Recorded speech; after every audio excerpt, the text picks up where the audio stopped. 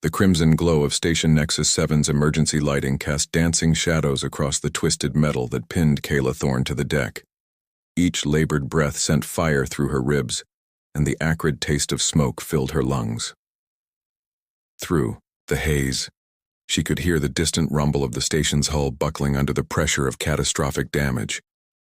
This is how I die, she thought, surprisingly calm, alone, forgotten, on a human-built station. The irony wasn't lost on her. Kayla Thorne, pride of the Vexarian elite guard, raised from birth to be the perfect weapon against humanity's expansion, would perish in a structure built by the very species she'd been trained to despise. The diplomatic mission had been a sham. From the beginning, everyone knew it. Both sides had come to Nexus 7 with hidden agendas, secret weapons, and the barely contained desire to end the ceasefire permanently. She'd watched her squad leader, Commander Vex, make the calculation with cold Vexarian logic. The explosion had brought down half the conference chamber, and Kayla was trapped beneath a support beam that would take precious minutes to move. Minutes they didn't have with the station's reactor core destabilizing.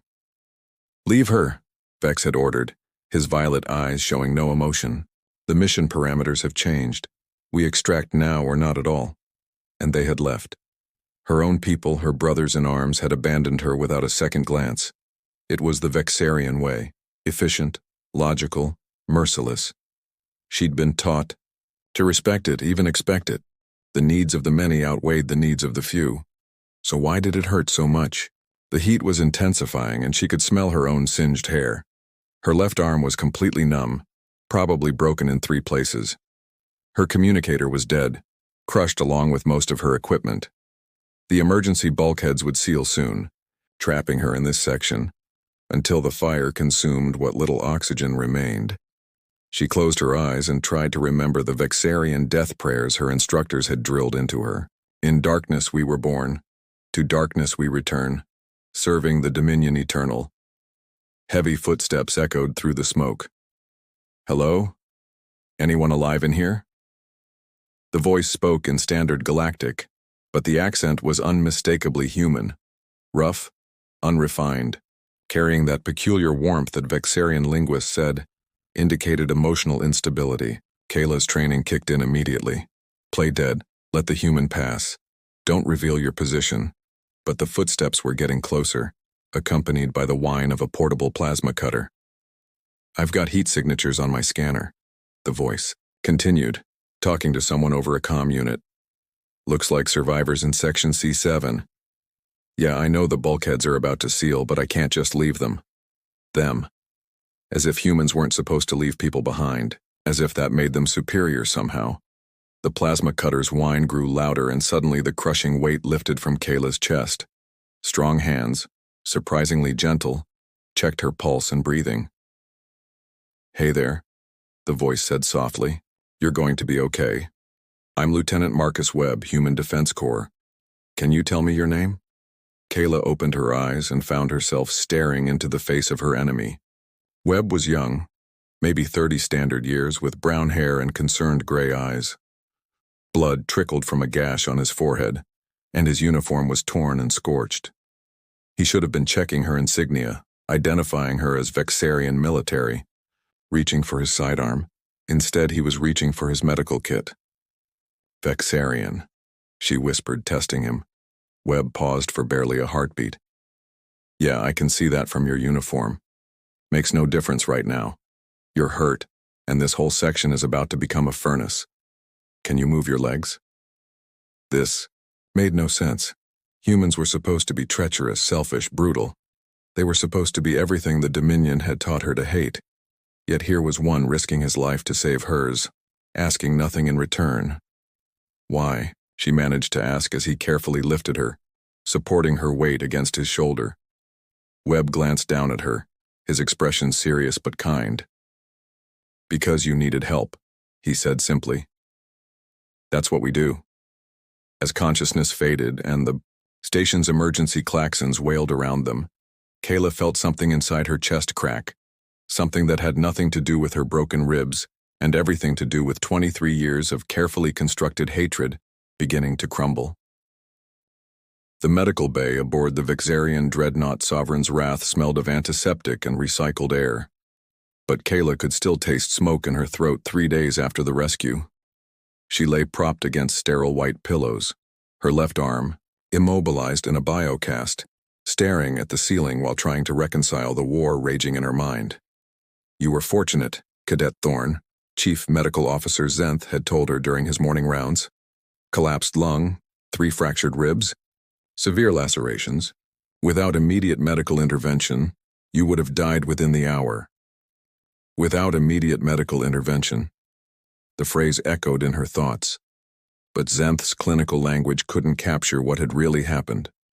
Marcus Webb hadn't provided medical intervention.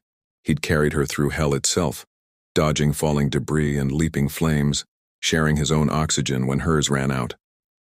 The door chimed, and Commander Vex entered without waiting for permission. His purple skin bore the ritual scars of a career soldier, and his silver eyes held the cold calculation that had made him legendary among Vexarian forces. "Cadet," he said, settling into the chair beside her bed. "I trust you're recovering adequately." "Yes, sir."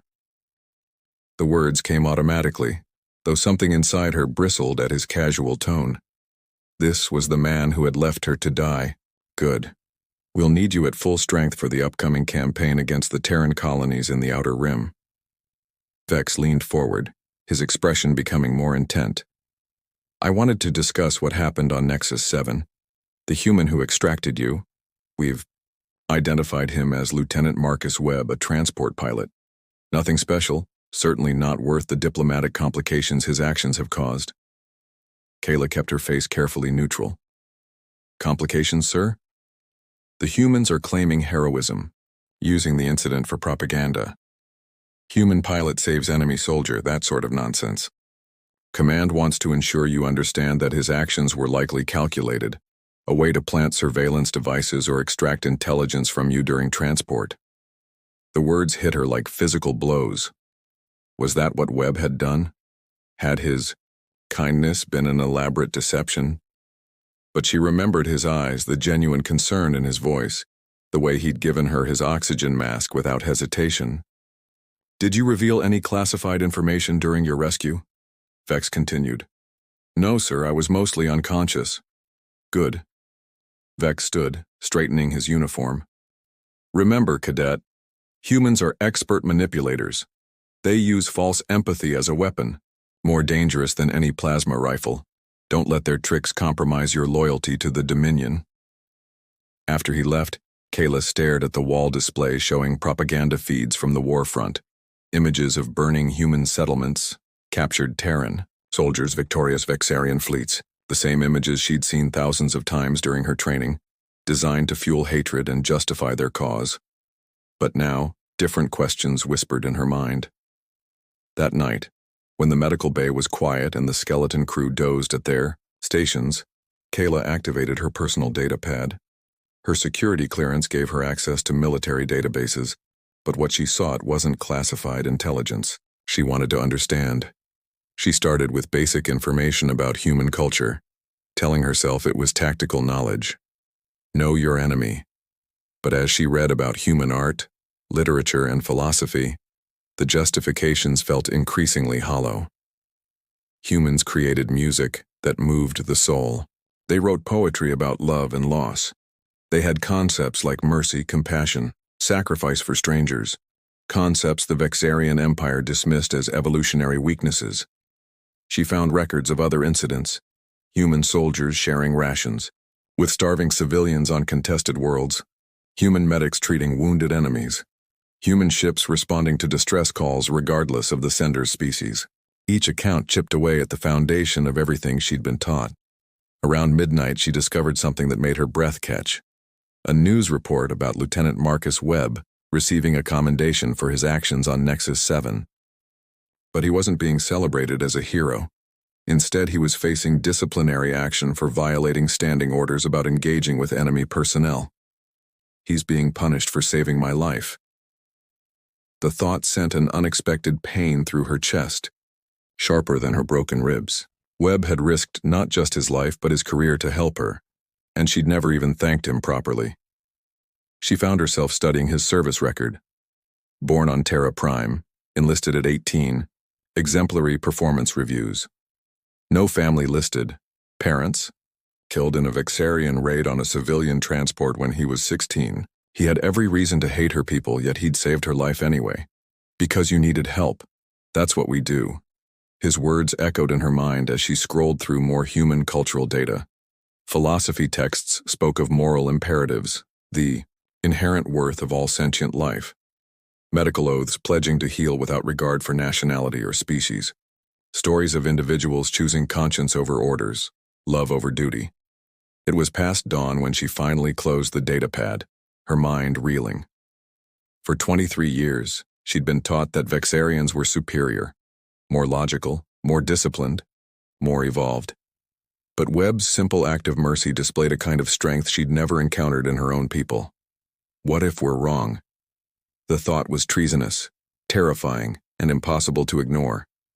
What if we're the ones who are truly savage? She touched her throat where Webb's hands had checked for injuries, remembering the gentle way he'd handled her despite knowing she was his enemy. Her skin tingled at the memory, and she felt something warm and unfamiliar stirring in her chest. It wasn't just gratitude, it was something far more dangerous. Marcus, she thought, testing his name in her mind. Not Lieutenant Webb, not the human pilot. Marcus. Somewhere in the vast darkness of space, he was probably facing a court-martial for saving her life. And here she lay, questioning everything she'd ever believed, wondering what it might be like to see kindness in someone's eyes when they looked at her. The thought should have disgusted her. Instead, it made her heart race with a mixture of fear and longing she'd never experienced. Everything was changing, and she wasn't sure she wanted it to stop. 2 months after Nexus 7, Kayla found herself stationed at the border outpost on Kepler Station, a supposedly neutral trading hub where information flowed as freely as contraband liquor.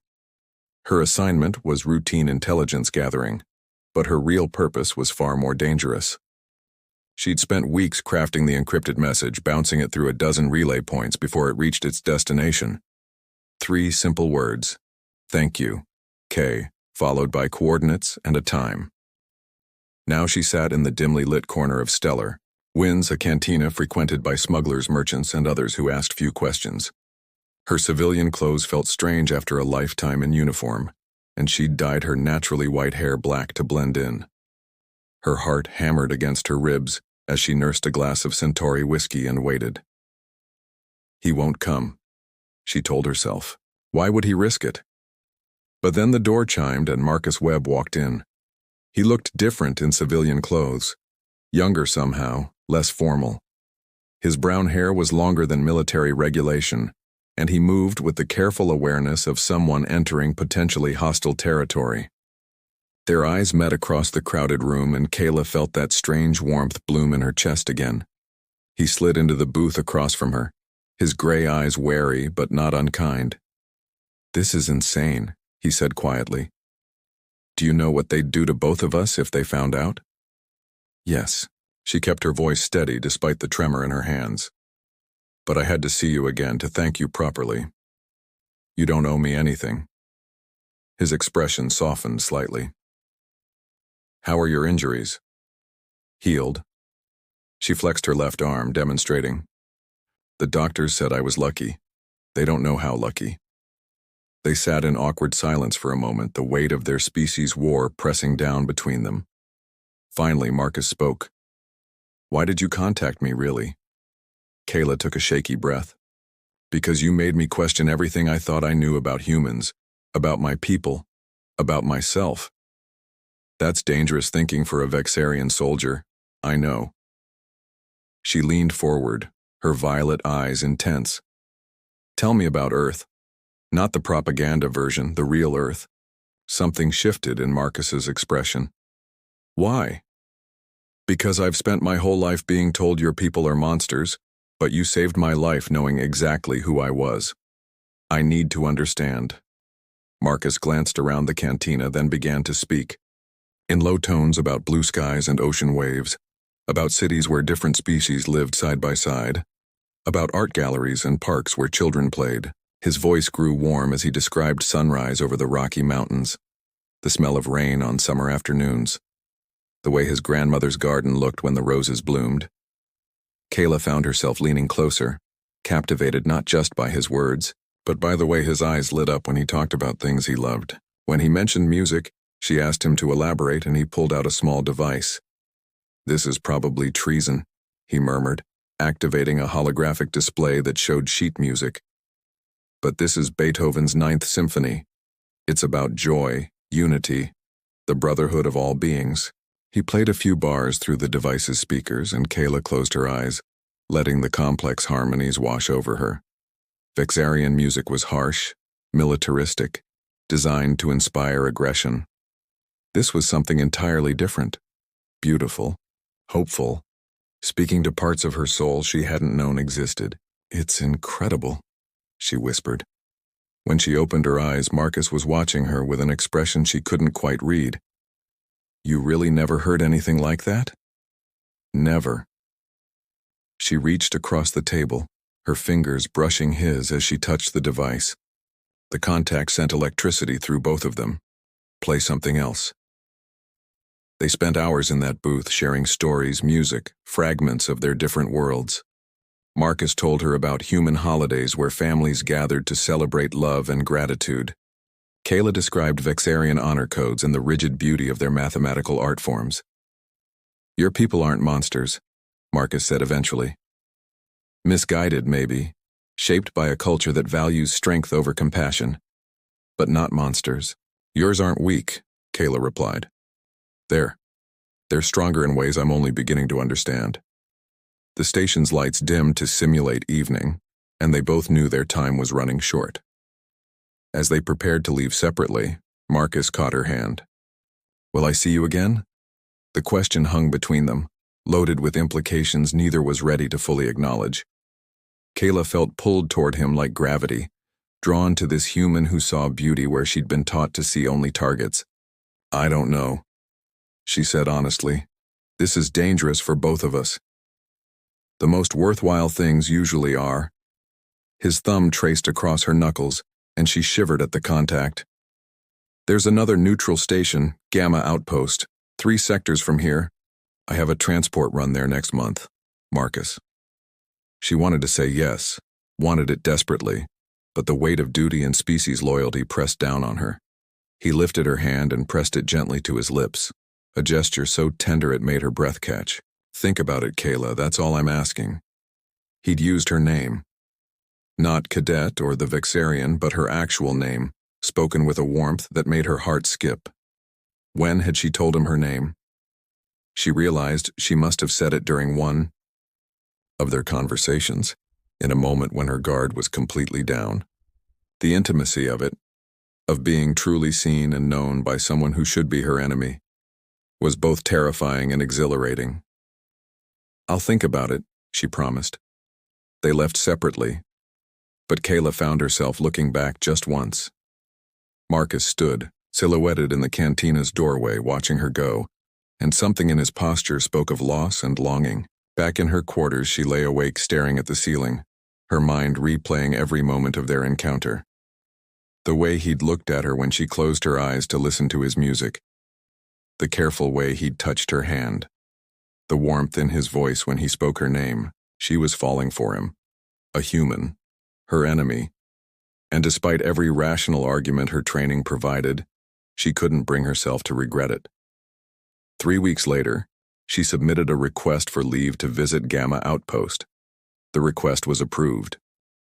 Gamma Outpost's observation deck offered a breathtaking view of the Andromeda Nebula, its swirling colors painting the darkness in shades of rose and gold. Kayla pressed her palm against the viewport, watching distant stars wheel overhead as she waited. She'd been meeting Marcus here for 3 months now, their clandestine encounters growing bolder, more intimate with each passing week. Tonight felt different. Tonight she'd made a decision that would change everything. Beautiful view. Marcus's voice came from behind her, warm and familiar. She turned, drinking in the sight of him. He wore a simple gray sweater that brought out his eyes, and his hair was slightly mussed from the artificial wind in the station's environmental systems. Her heart did that fluttering dance it always did when she saw him. "I've been thinking about what you said last time," she said without preamble. "About choosing our own path instead of the ones chosen for us." Marcus stepped closer, close enough that she could smell his cologne, something woodsy and clean that was nothing like the harsh antiseptics of Vexarian ships. "And? I want to try." The words came out in a rush. "I want to choose you, Marcus, even if it means turning my back on everything I've ever known." His eyes widened, and for a moment he looked almost afraid. "Kayla, do you understand what you're saying? There's no going back from this. If your people find out..." She silenced him by rising on her toes and pressing her lips to his. The kiss was soft at first, hesitant, but when his arms came around her waist, she melted against him. All those months of stolen glances and carefully controlled touches culminated in this moment of perfect surrender. When they broke apart, both were breathing hard. "I love you," she whispered against his lips. "I don't care that you're human. I don't care about the war. I love you, Marcus Webb." His response was to kiss her again, deeper this time, his hands threading through her dark hair. "I love you too," he murmured between kisses. "I've loved you since that first night in the cantina when you closed your eyes to listen to Beethoven." They found their way to Marcus's rented quarters, a small but comfortable space with a view of the nebula. What followed was a night of discovery, of learning each other's bodies with gentle hands and whispered endearments. Kayla had been taught that physical intimacy was merely biological function, but with Marcus, it became something sacred, a joining of souls as much as bodies. Afterward, they lay tangled in sheets, her head on his chest, listening to his heartbeat. His fingers traced patterns on her bare shoulder, and she shivered at the contact. "What happens now?" she asked quietly. "I don't know." His voice was honest, uncertain. "I've been thinking about requesting a transfer to the outer colonies somewhere. The war hasn't reached yet. We could disappear, start over, leave everything behind. What's the alternative? Keep meeting in secret until someone discovers us? Watch from opposite sides as our people destroy each other?" His arms tightened around her. "I can't do that anymore, Kayla. I can't pretend to hate your species when I'm in love with one of them." She lifted her head to look at him. "You'd really give up your career, your whole life? For you?" "Yes." His gray eyes were serious, unwavering. "In a heartbeat." The certainty in his voice made her chest tight with emotion. "I've never had anyone care about me like that. Vexarians don't. We're not taught to love, only to serve." "Then let me teach you," he said, pulling her up for another kiss. "Let me show you what it means to be loved for who you are, not what you can do for others." They made love again as the nebula wheeled overhead, slower this time, savoring each touch and whisper. Kayla had never felt so alive, so complete, so terrifyingly vulnerable. In Marcus's arms, she wasn't Cadet Thorne of the Vexarian Elite Guard. She was simply Kayla, a woman in love. But their paradise was built on borrowed time. The next morning, as Kayla prepared to return to her ship, her communicator chimed with an urgent message. Commander Vex's face appeared on the screen, his silver eyes cold with fury. "Cadet Thorne, you will report to my quarters immediately upon your return. We need to discuss your recent activities." The blood drained from Kayla's face. Marcus, who had been watching from across the room, immediately moved to her side. "What is it?" "He knows." Her voice was barely a whisper. "Somehow, he knows." Marcus's jaw tightened. "Then we leave. Now. Together." "I can't." The words tore at her throat. "If I run, they'll know for certain. They'll hunt us both down. Better than facing whatever they have planned." Kayla shook her head, trying to think through her panic. "Maybe I can convince them it was intelligence gathering, that I was trying to extract information from you." "By sleeping with me?" Marcus's voice was sharp with fear. Not for himself, but for her. I have to try. She kissed him desperately, pouring all her love and terror into the contact. If something happens to me, nothing will happen. But his voice lacked conviction. Promise me something, she said, pulling back to look at him. If they arrest me, if I disappear, don't try to rescue me. Don't throw your life away for mine. Kayla, promise me. His shoulders sagged in defeat. I promise. It was a lie, and they both knew it.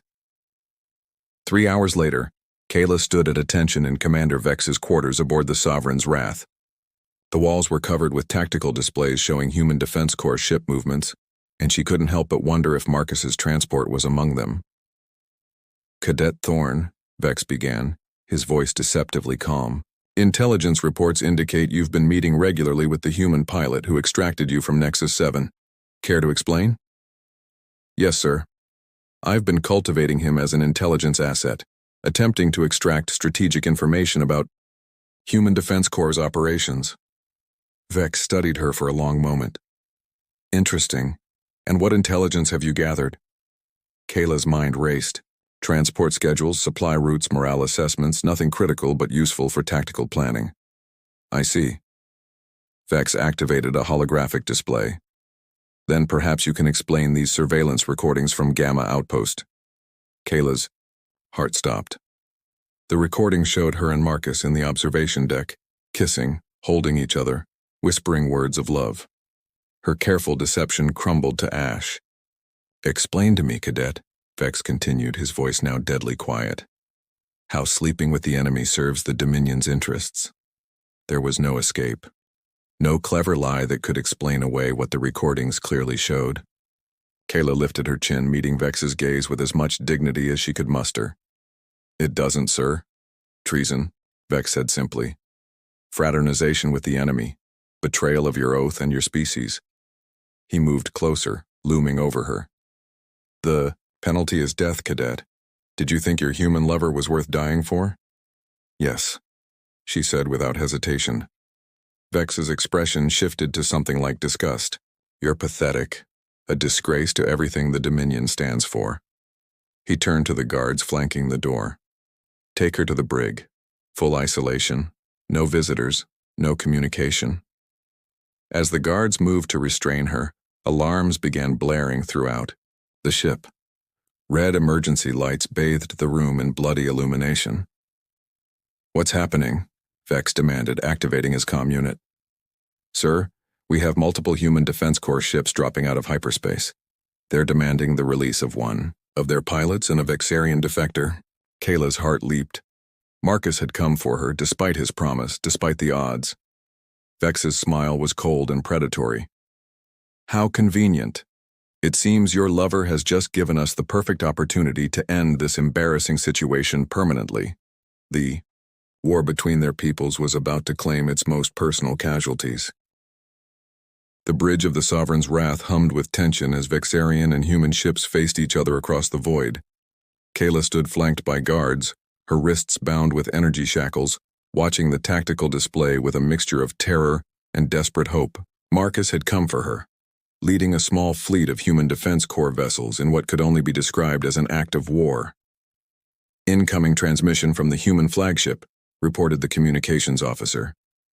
Put it through, Commander Vex ordered, his silver eyes gleaming with anticipation.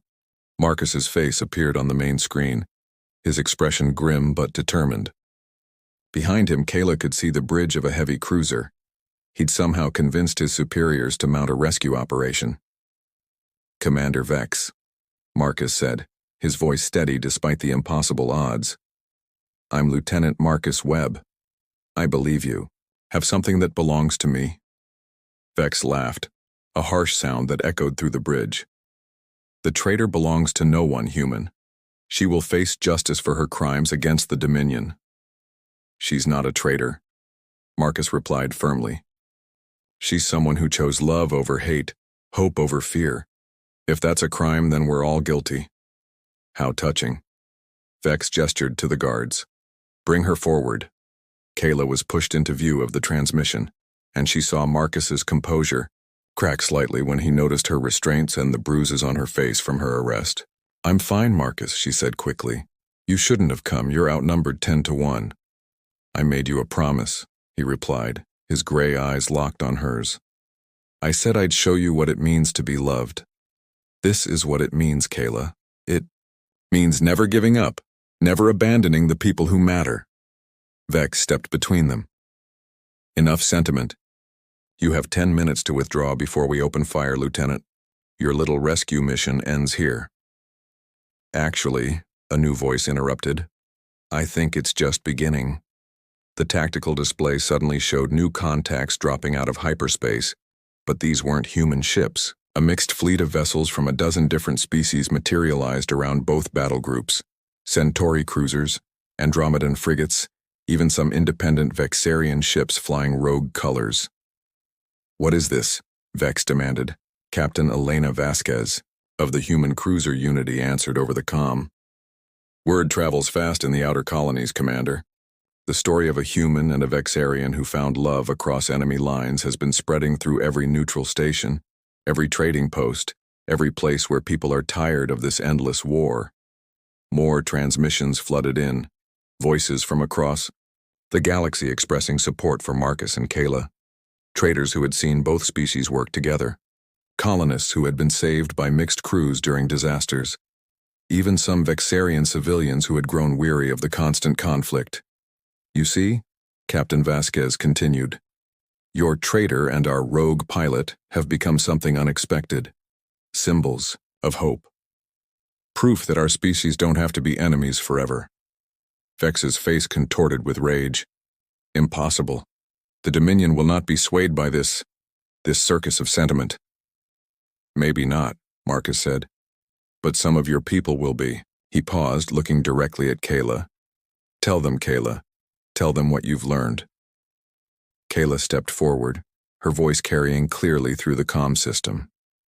"I was raised to believe humans were monsters," she began, addressing not just Vex but every Vexarian listening.